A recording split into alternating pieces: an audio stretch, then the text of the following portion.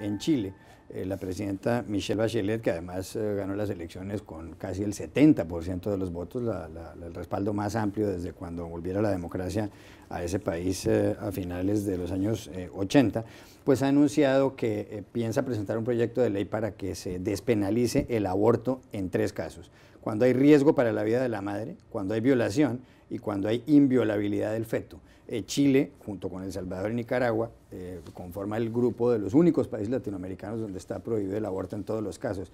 Incluso en Chile puede ir a parar a la cárcel un médico que practica un aborto.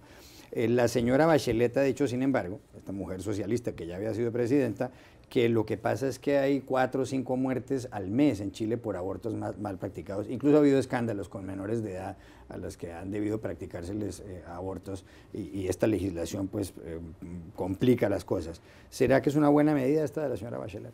Yo creo que es una medida arriesgada, pero también necesaria. Y me explico. Yo creo que lo que está haciendo Michelle Bachelet es simple y sencillamente entrar en contacto con esta realidad, y en ese sentido es valiente, y contemporizar con otros países de la región que ya se han visto, han pasado por este trance tan difícil. México, por ejemplo, desde el 2007 aprobó en la Ciudad de México varios supuestos para autorizar el aborto, como puede ser cuando la vida de la madre está en riesgo, cuando ha habido una violación o cuando el feto está deformado.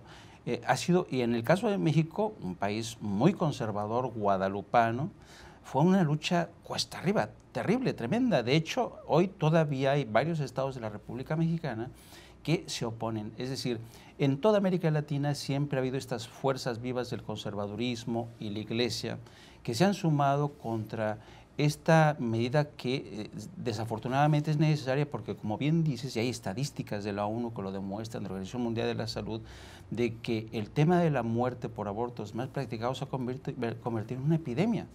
De tal suerte que yo aplaudo esta decisión tan arriesgada, tan valiente. Entiendo que va a enfrentar ya las resistencias de la Iglesia y de la derecha, pero creo que es una medida necesaria. Muy bien.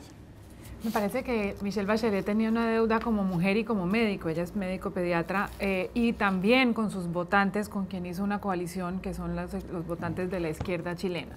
Y eso también ha sido un motivante, sin duda, de adelantar esta medida, que sí es arriesgada. En este momento, Uruguay, Cuba y el Distrito Federal en México son los únicos países en América Latina que tienen legislación similar, y pasar de ser uno de los países más regresivos, como ha sido Chile, a uno de los más avanzados, pues va a ser un paso difícil. Es exactamente, ilustra esta medida las dos miradas que tiene un asunto tan absolutamente divisivo como el aborto, y es la mirada moral y la mirada de salud pública. Los números de salud pública, basta oír a Mujica en Uruguay, están muy a favor de una legislación que regule este asunto y que le dé el derecho a la mujer a decidir.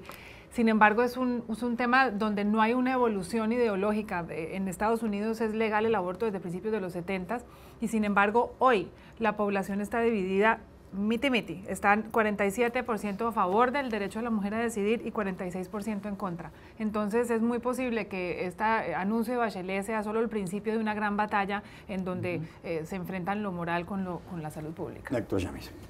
Sí, la fe está presente en todo, pero legislar con la fe es complicado. Y esto es lo que está pasando en Chile, que curiosamente tenía una legislación bajo ciertas circunstancias autorizando y legalizando el aborto antes de Pinochet, que Pinochet la eliminó, y la eliminó al final de su mandato para congraciarse con un electorado de derecha en momentos en que iba hacia el plebiscito y luego la elección de la transición que la derecha perdió.